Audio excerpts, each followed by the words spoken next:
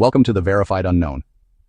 We don't give you the answers, we give you the evidence and let you decide for yourself. Today we are diving into a question that sounds like science fiction but is actually official NATO policy: cognitive warfare.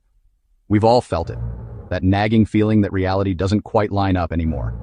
You look at the news, you see a million terrible things happening, yet there is a strange paralysis in the air. You might have asked yourself, why is nobody fighting back? Is it some kind of psychological warfare keeping everyone in a freeze mode? Today we're looking at the evidence. We're going to break down what cognitive warfare actually is, how it could theoretically be used to suppress resistance, and most importantly, how you can protect your own mind. Let's start with the source.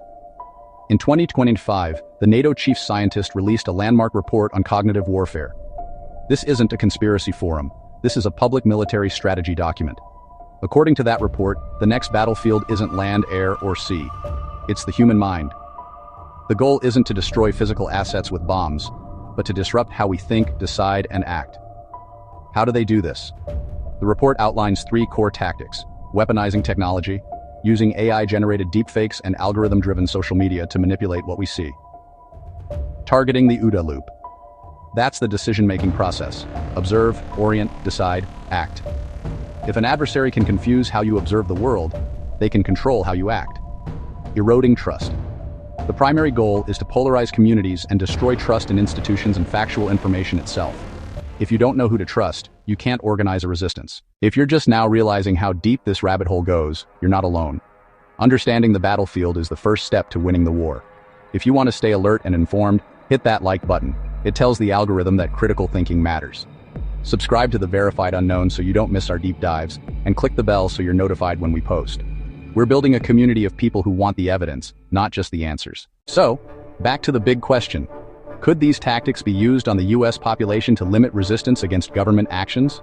Theoretically, yes. Let's look at how. Cognitive warfare aims to cause inaction.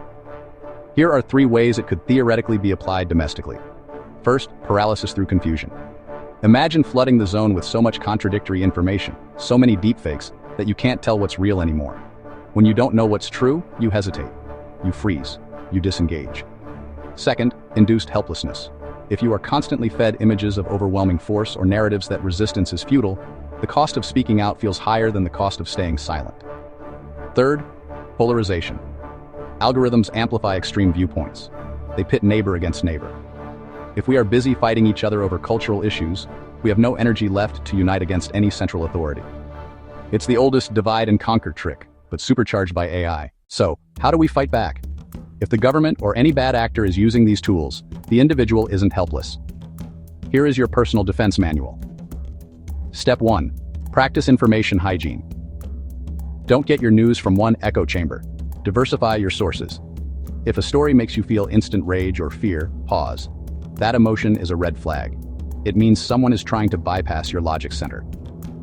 Step 2. Implement a cognitive speed bump. Make a rule. Never share a story in the first hour after you see it. Walk away. If it's true, it will still be true tomorrow. If it's designed to manipulate, you just broke the spell.